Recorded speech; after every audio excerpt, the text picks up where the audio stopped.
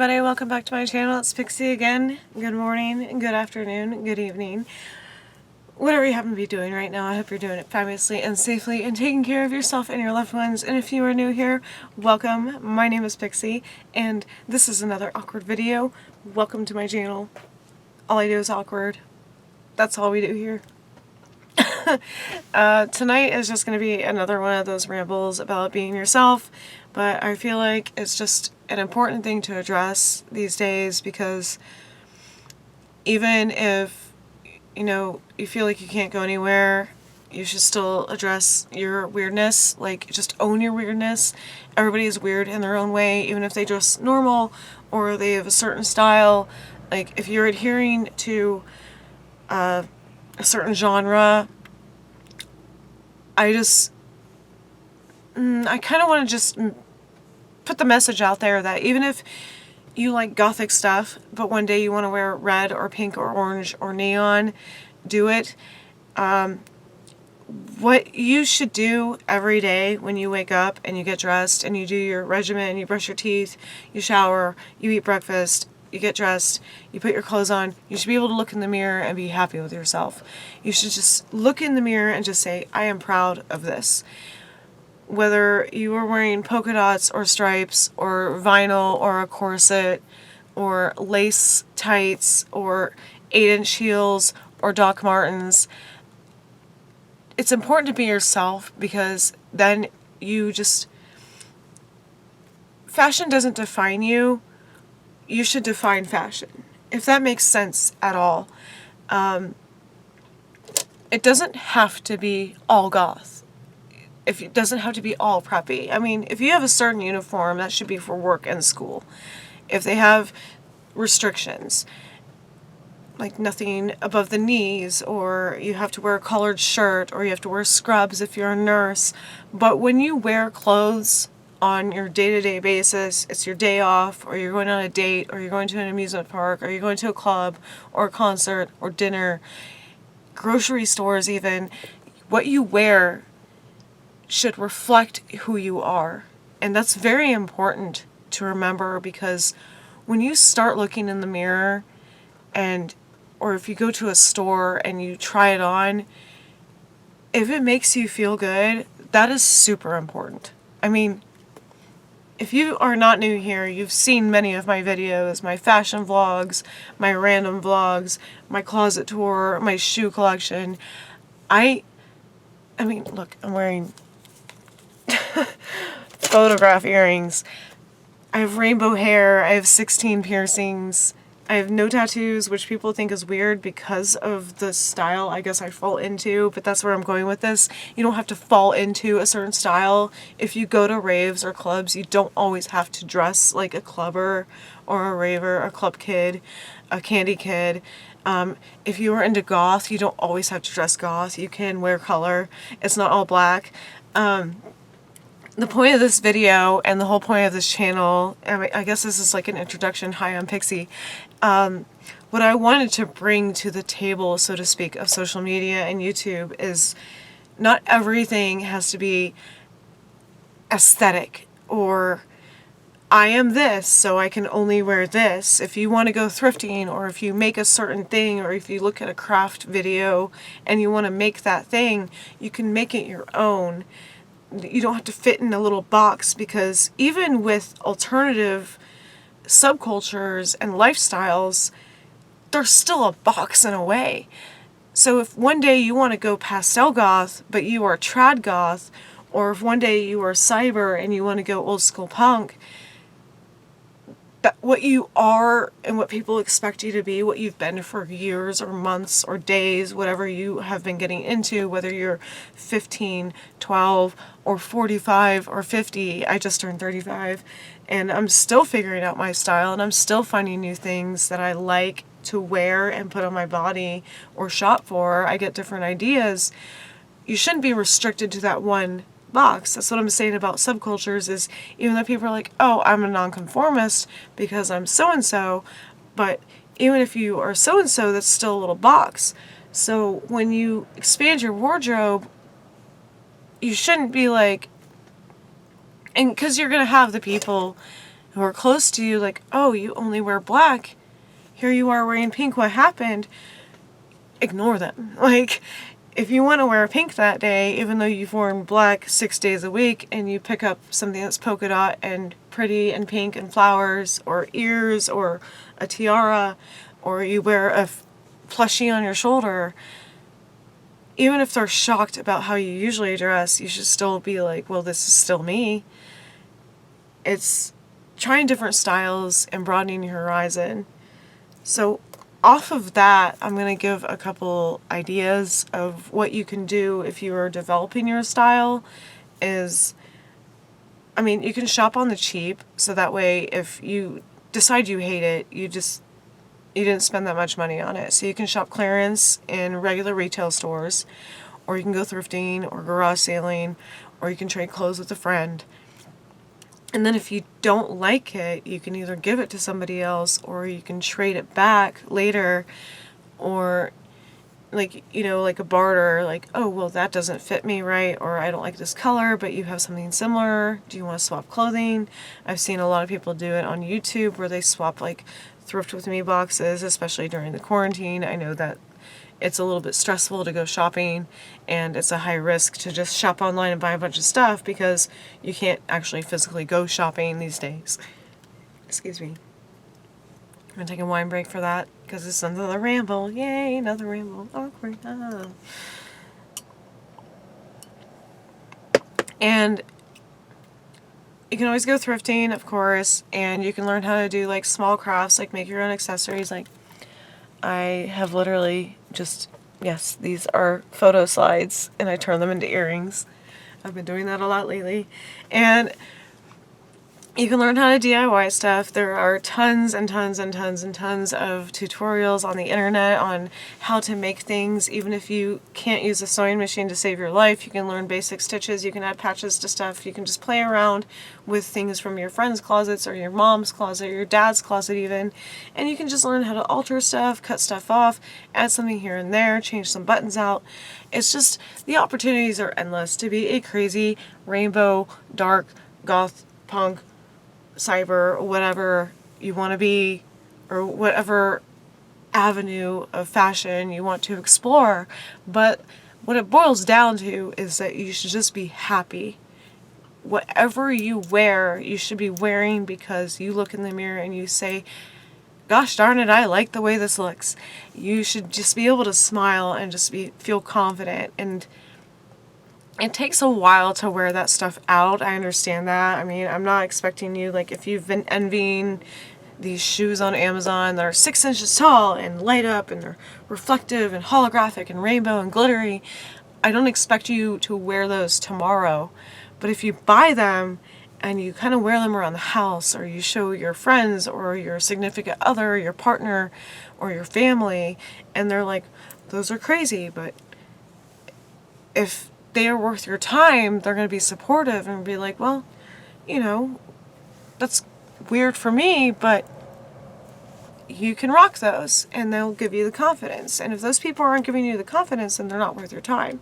So what I'm saying is, like, I'm not expecting you to just change your whole wardrobe tomorrow, but if you embrace, or not embrace, but kind of like adventure out, and you've been putting this stuff on your wish list but been putting it off, go ahead and order one thing at a time and just try it on, and then see what's already in your wardrobe and how you can incorporate it, and then just wear it and then see how you feel. Even if it's around your house during these crazy times where we can't really go anywhere, depending on what's open in your state or your country or nation. But like, even if you're not confident wearing this bow and this dress, you can at least wear it around the house, see how you feel about it, and then get the confidence to wear it out, or go with a couple friends so you actually have like some kind of defensive, I hate to say defensive, but like a backup. So you don't feel so alone and isolated if you catch people staring at you. You at least have like friends or family around you. And if you embrace this style and you get more used to it and more confident, then you'll broaden your wardrobe and it'll become part of your everyday life. So for anybody who isn't sure, who is watching this, obviously you clicked on it, you're watching it, but anybody who isn't sure about their style, don't be afraid to experiment, because if you regret what you buy, if it doesn't suit you, or if it doesn't flatter you, or if it ends up not fitting, you can always swap with other people. You can donate it back and then just go to a thrift store and like kind of replace it. You can sell it on Depop and then use that money to buy other things that you might like. And basically, when people look at you because you're wearing something different, just walk away, ignore them. Or if they ask a question and it seems genuinely honest, just explain like, oh yeah, I got these on Amazon. Because when I started like really embracing what was considered weird for my fashion, I started learning how to sew when I was 12 by hand. And I didn't touch a sewing machine until I was about 20, because I had sewing machine fear. But I was raised by my mother, who made our clothes, me and my sisters. She would just make our clothes. She would send us off into Joann Fabrics, and she would be like, pick out a pattern that you like and I'll find your size, and go pick out your fabric and go pick out some buttons. And those were some of the best weekends of my life growing up. So I grew up with one of the most talented seamstresses I ever met, and now that's actually my job.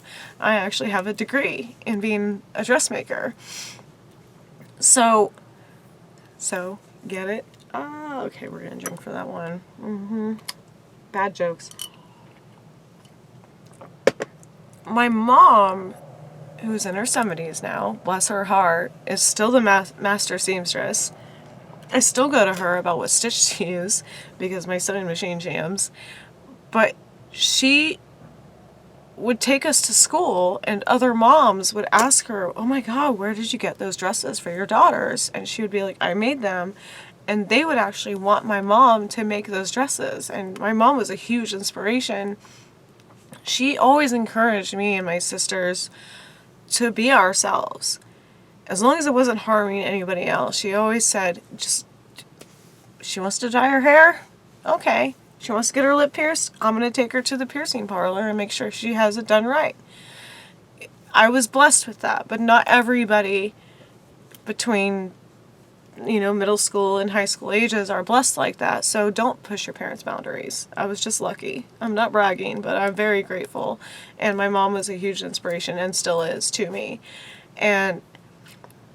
But I was embracing my weird that young because I didn't know anything else. I didn't know how to conform. I didn't know what normal fashion was. My mom was just like, oh, okay, you want those platforms? She would take me to Baker's 9 West and Charlotte Russe and Wet Seal, and she let me buy those clothes. And she took me and my sisters garage sailing and thrifting. And my sister, the sister closest to me, Amanda, she's 2 years away from me. I'm 1985. She's 1982. When she got her license, she would take me thrifting too. And I don't know, what people considered weird for me was normal. Like, oh, you wear polka dots and striped tights and platform shoes. Like, oh, you freak. And I was like, I didn't understand why I was being bullied, because I wore what I liked. I grew up in a very small town in Florida anyway, so I didn't really have another goth or raver or punk to hang out with. They were just kind of like, I read some of my 6th grade yearbook autographs. It's like, why are you so weird? And I was like, I was 11. Like, how weird was I? I didn't even have 17 piercings and rainbow hair in 6th grade. It was just like, if I had the yearbook, I would show you, but it literally, it popped up on my time hop a couple days ago. It was like, why are you so weird? Stay cool over the summer. But you're so weird. And then the band teacher was like, keep practicing your flute, which never happened. I quit band.